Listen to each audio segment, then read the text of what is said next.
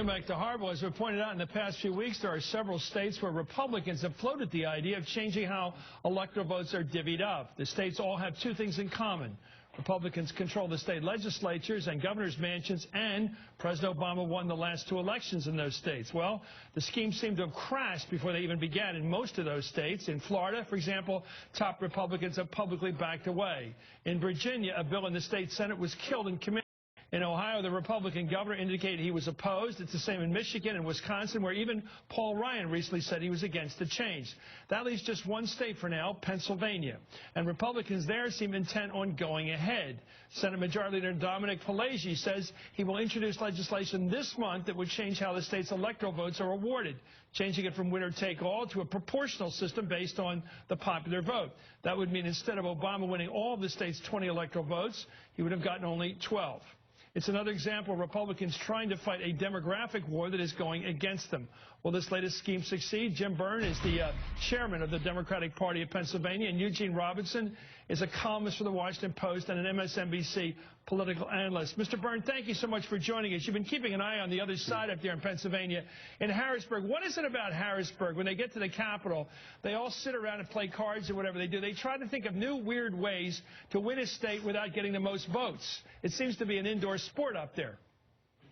Well, Chris, thanks again for allowing me to be on your show. We pushed back hard last year on the voter ID, and I don't know what it is when they go to Harrisburg. Some of it has to do with where they started. Some of these folks that are coming up with these crazy ideas were like that before they got there, but when they get there, they empower each other or think they do.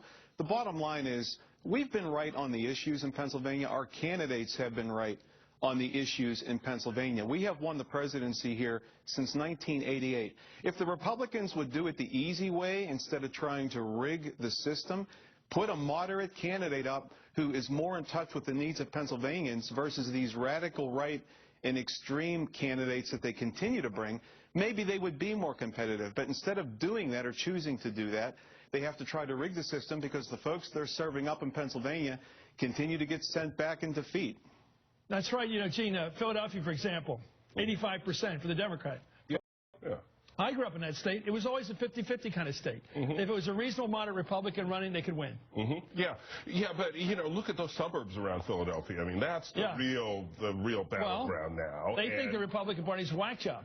Well, you know, and they that's what they think, because even on guns and stuff, and on abortion rights and gay marriage, they think these guys are 50 years ago. It's not that kind of hard right state, and it's true. If you put up those hard right candidates, you're not going to win the state. Well, I agree with that. Here's what the man, and by the way, Michael Smerconish knows that issue very well. He represents those people in the middle. Anyway, the plan in Pennsylvania, this is the guy who put it forward, Dominic Pileggi. He gave us his rationale for the move, the following.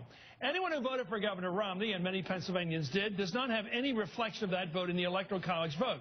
This is a proposal that is not party-specific or partisan in any way, but just an attempt to have the popular vote reflected in the Electoral College vote. Of course, if you believe it's not partisan in any way, take a look at this very telling comment from RNC Chair Reince Priebus. He told a local Wisconsin newspaper recently, quote, "It's something that a lot of states that have been consistently blue, that are fully controlled red, ought to be looking at." Mr. Byrne, there you get these guys keep admitting what they're up to. They keep admitting that if a state naturally votes for a president for a Democrat, but it's controlled in the State House by Republicans, exploit the power you have, screw the voter.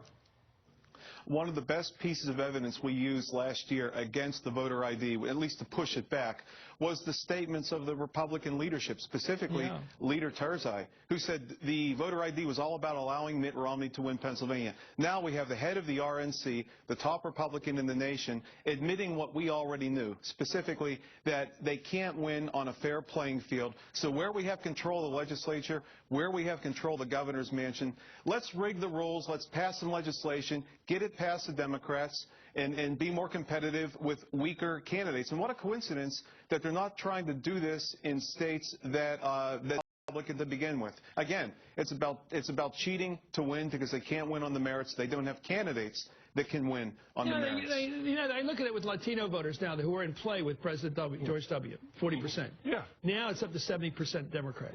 I mean, instead of competing on issues like fair immigration policy, they say, well, let's rig the thing. Let's find a way to suppress that vote.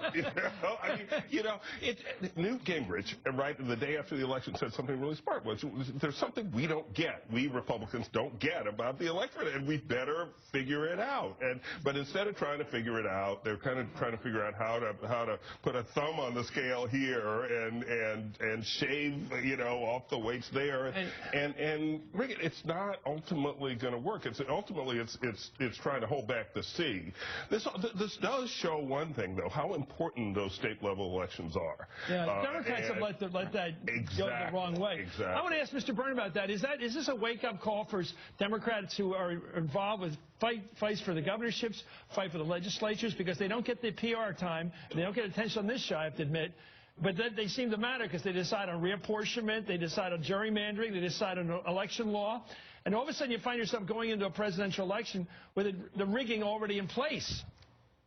And that was a wake-up call for us in Pennsylvania last year. It allowed myself and other leaders in the party here to remind folks how important these down-ballot elections are. You don't need a governor's race or a presidential race to be focused and paying attention on who your representatives are going to be at the state and the state Senate level, the representative levels. And we have used that as a talking point quite effectively. Last year, we picked up 3 state Senate seats, the most since 1970. So we've closed the margins. We have a governor right now, a Republican, one of the least popular governors in America, up for a re-elect next year. If that election were next month with the right Democrat, we have him. So this is part of the groundwork, and this is a type of behavior that they continue to exhibit, which allows us to enable our base to go out and recruit Democrats. So yes, these down-level races are as important, and there will be focus on them because of some of these type of attempts by the Republicans to tilt the playing field.